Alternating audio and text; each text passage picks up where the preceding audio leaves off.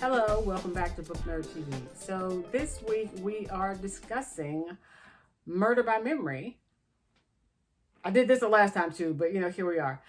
So I checked this book out or novella, I guess, out about 2 weeks ago. No, maybe more than a month ago now.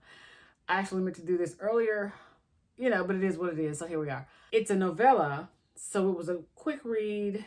The blurb about it that I saw looked interesting. So imagine my surprise when I saw, because I think the book just came out or recently came out. So imagine my surprise when I saw it in my library. So I got the book along with a couple of other books that I wanted to read, a couple other cozy mysteries. I guess I'm on a cozy mystery kick, perhaps. It was the first book of the 3 that I got that I read, and I am so glad I did. I have never read an Olivia Waite novel before, so she's a new author to me. And it was very entertaining. It's, again, a novella, so it's a quick read, but it's not a quick read just because it's a shorter length book. It is a quick read because the pacing and the central conceit of the book I found very interesting.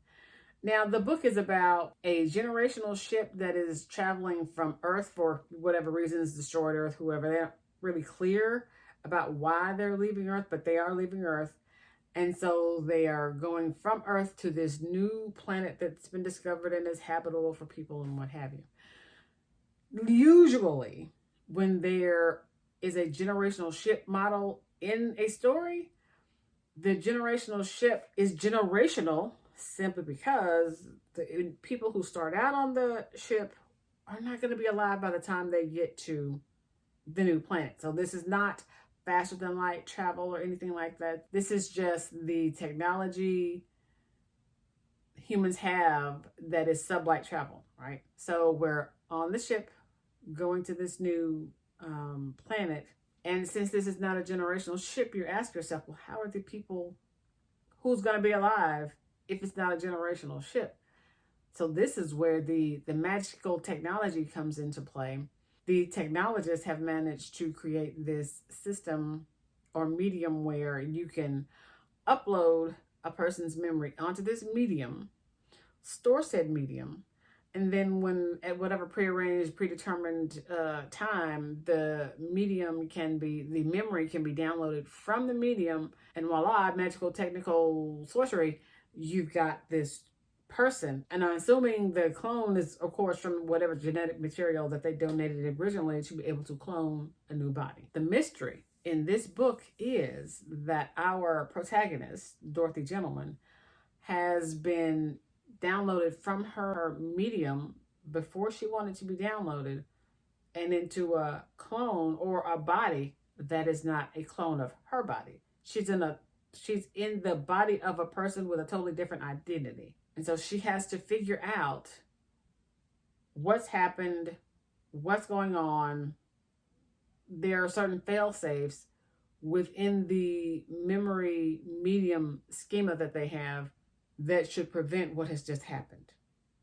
So she's got to find out what's going on because she is actually an investigator on the ship. So the people on the ship, the people who book passage on the ship, have taken on these sort of voluntary roles. Some have taken on these voluntary roles. Some, like Miss Gentleman, are closer to the law enforcement field. Some are closer to sort of the retail and or banking. So there's all these. So it's just a whole society. It's a whole community, a whole culture on the ship.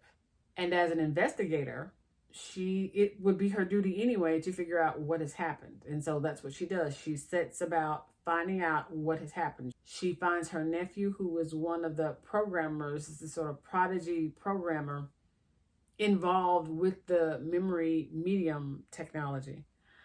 And so he's one of the touch points, or one of the possibly returning characters in this story.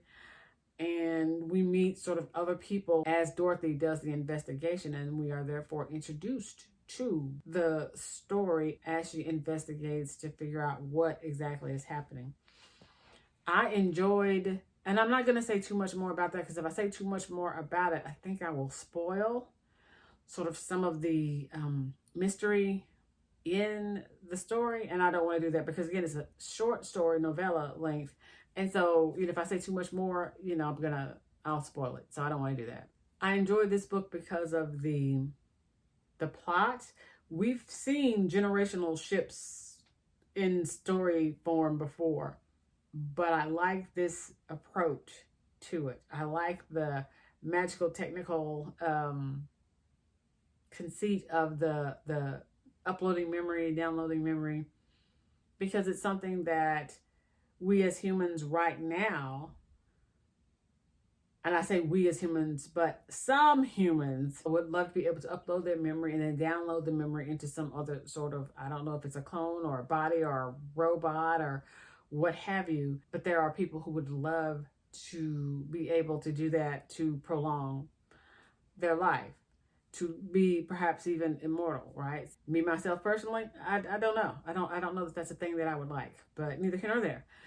So I like the conceit of the novel. I like the different approach to sort of a generational ship. I like the cozy mystery aspect of the book. The other two books that I checked out were in fact tried and true cozy mysteries. I believe if you enjoy science fiction, if you enjoy cozy mysteries, if you enjoy the author herself, themselves, Olivia Waite, because as I recall, Waite has written romance books, full-length romance novels prior to this. I think you would enjoy this cozy mystery, science fiction cozy mystery as well. The author, Olivia Waite, is a new author to me. And I must say, I enjoyed this book. I enjoyed this introduction. And I am excited for the next book in the series. And yes, there will be another book in the series. I think it's coming early next year, 2026. So I will read that one as well. I like this. I like the world building that Waite has done. I liked the fact that the plot was really well paced. Again, I know it's a short book, but for a short book, it was so well paced and it left me wanting more in this universe that Waite has created. And that I think is, especially if you're going to do a series, I think that is literally the thing that you want to do. You want to create this universe and tell a story so well that people want the next thing. They want to be involved in that next book, that next part of the story. And those are my thoughts on Murder by Memory by Olivia Waite. I can safely recommend that you pick this book up. It's a good read. I know I enjoyed it. I think you will too. That's all I have for today, book nerds. I will see you next time.